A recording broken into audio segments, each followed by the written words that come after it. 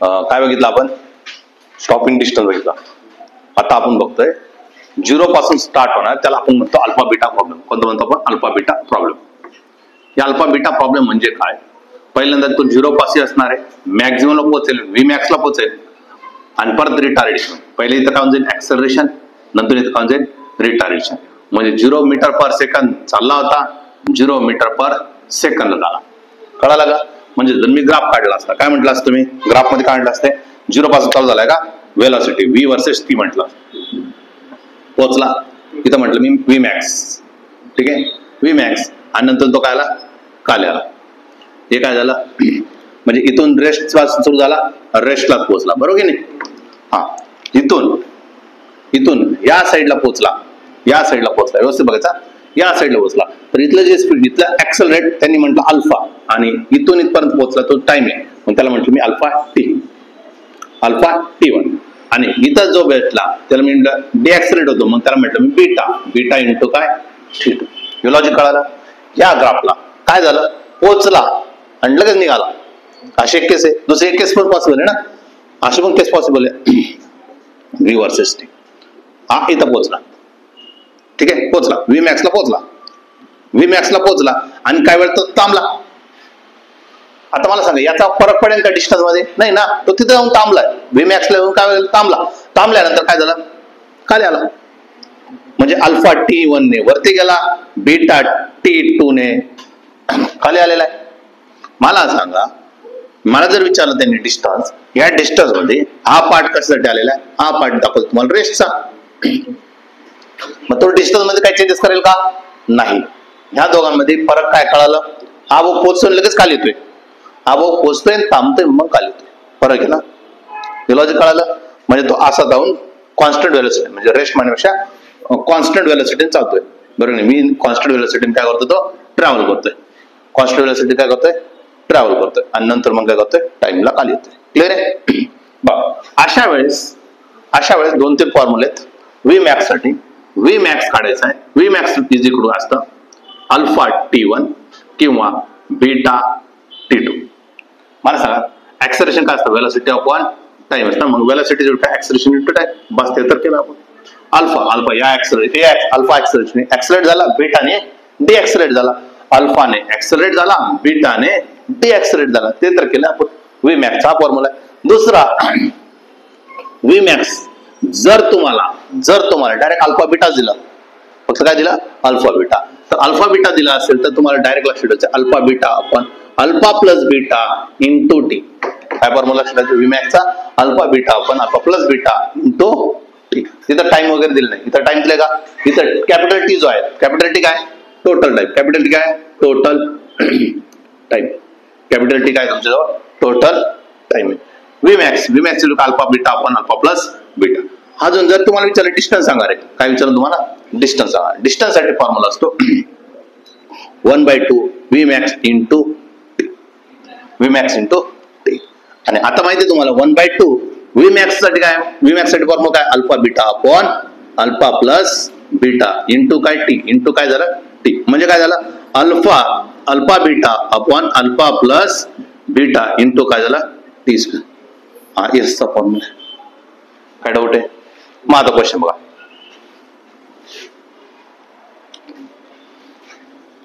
He body started from rest, accelerate with 2 meter per second square, achieve maximum speed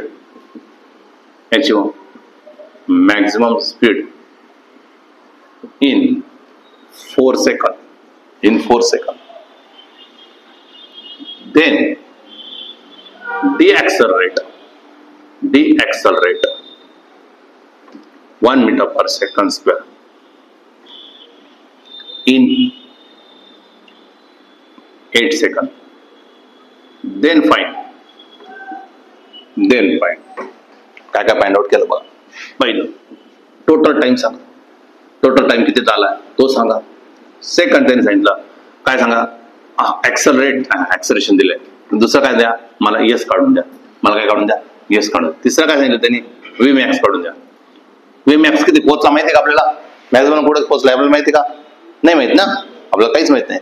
हा आता बघा, पहिले तर टोटल टाइम विचारला. मला सांगा ऍक्सेलरेट होण्यासाठी किती लागले, डिऍक्सेलरेट होण्यासाठी किती लागले? हे तर करणार कॅपिटल टी जोड काय म्हणणार, T1 प्लस T2 ना. T1 किती 2 सॉरी 4 आहे प्लस काय 8 आहे म्हणजे किती झाले 12 सेकंद. हे झालं माझं कॅपिटल टी. राहिला प्रश्न व्ही मॅक्स वाला, राहिला प्रश्न माझा व्ही मॅक्स वाला.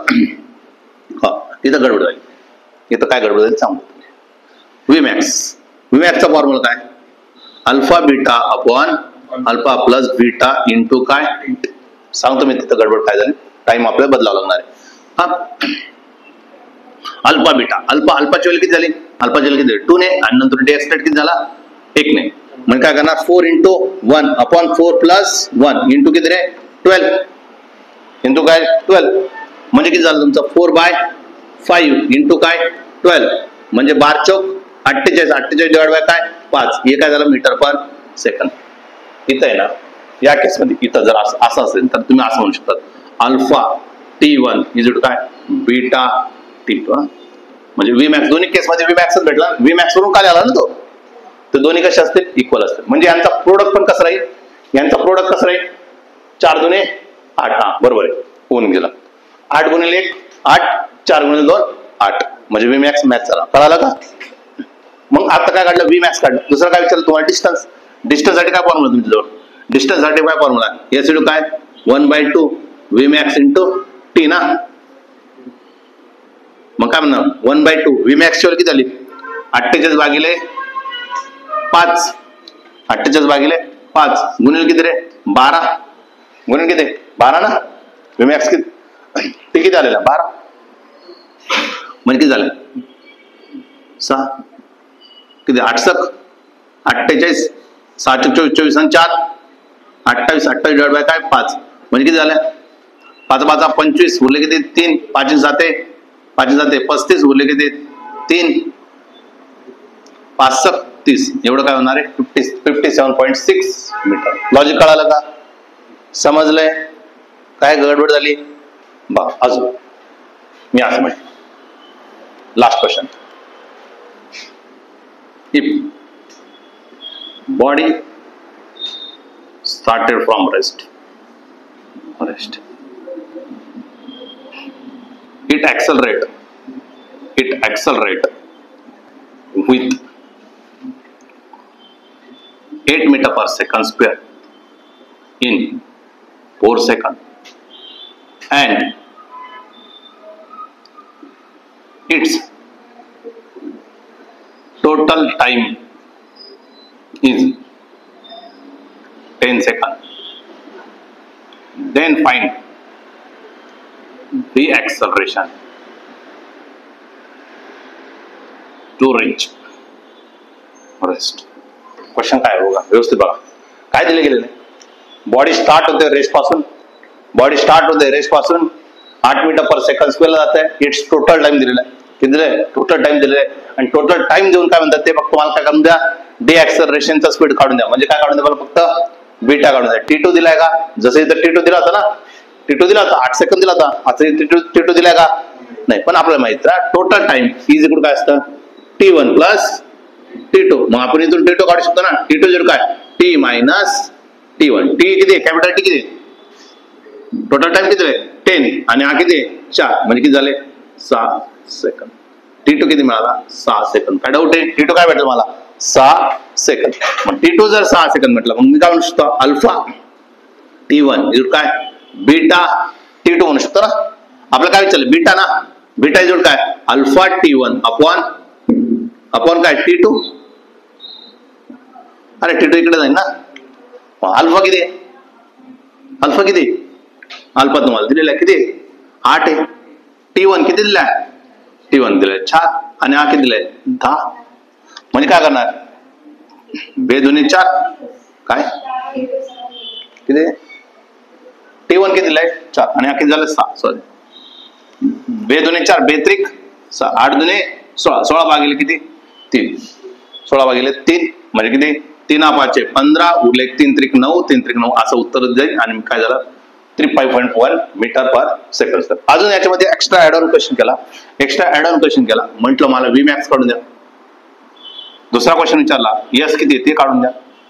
काढू शकतो ना, आता तुम्हाला अल्फा बीटा माहित झालं तर काढू शकतो. व्ही मॅक्स काय पटकन alpha beta upon alpha plus beta into काय टी.